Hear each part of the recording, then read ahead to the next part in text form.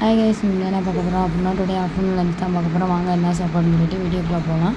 இன்றைக்கி மார்னிங்கே வீடியோஸ் எடுக்க முடியாதனால நம்ம வந்து இன்றைக்கி சாப்பாடு கட்டி ஆஃபீஸ் கொண்டு வந்துட்டோம். ஆஃபீஸில் வச்சு வீடியோ எடுத்துக்கலாம், அவங்க ஆஃபீஸ் வச்சு சாப்பாடு வீடியோ எடுத்துக்கலாம்னு சொல்லிட்டு தான் வந்தாச்சு. இன்றைக்கி நம்ம வீட்டில் என்ன சாப்பாடுனா எப்பயும் போல் வந்து ஒயிட் ரைஸ் தான் வச்சுருந்தாங்க. ஒயிட் ரைஸ் வச்சுட்டு சாம்பார் வச்சுருந்தாங்க. சவுச்சக்காய், முருங்கைக்காய், கத்திரிக்காய் அதெல்லாம் போட்டு எப்பயும் போல் சாம்பார் வச்சுருந்தாங்க. அதுக்கு சைடிஷ்க்கு வந்து உருளைக்கிழங்கு ஃப்ரை தான் பண்ணியிருந்தாங்க. உருளைக்கிழங்கு போட்டு பிரியாணி நறுக்கி அது நல்லா சிக்கன் பொடி, எண்ணெய் இதெல்லாம் விட்டு நல்லா ஃப்ரை பண்ணியிருந்தாங்க. இங்கிட்ட வந்து கூட வேலை பார்க்குறவங்க என்ன சாப்பாடு கொண்டு வந்தாங்க அப்படின்னா, சாம் வந்து புளியோதரை கொண்டு வந்திருந்தான். புளியோதரை நல்லா பொடி போட்டு கிளறி வைப்பாங்க போல், பொடி போட்டு கிளறி கொண்டு வந்தான். சைடிஷ்க்கு வந்து மாம்பழம் தான் கொண்டு வந்திருந்தான் தொட்டுக்கிறதுக்கு. எங்கிட்ட வந்து சஞ்சீவ் என்ன கொண்டு வந்தான் அப்படின்னா, அவன் எப்பயும் போல் வந்து லெமன் ரைஸ் கொண்டு வந்திருந்தான்.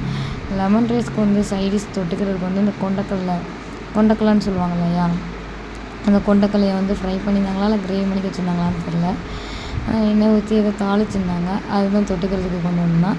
இன்றைக்கி இதுதான் சாப்பாடு. எல்லா வீட்லேயும் இதுதான் சாப்பாடு. உங்கள் வீட்டில் என்ன சாப்பாடு அப்படின்றத மறக்காமல் கமெண்ட்டில் சொல்லுங்கள். இந்த மாதிரி இன்ட்ரெஸ்ட்டான வீடியோ பார்க்குறதுக்கு மறக்காமல் நம்ம சேனலை சப்ஸ்கிரைப் பண்ணிக்கோங்க.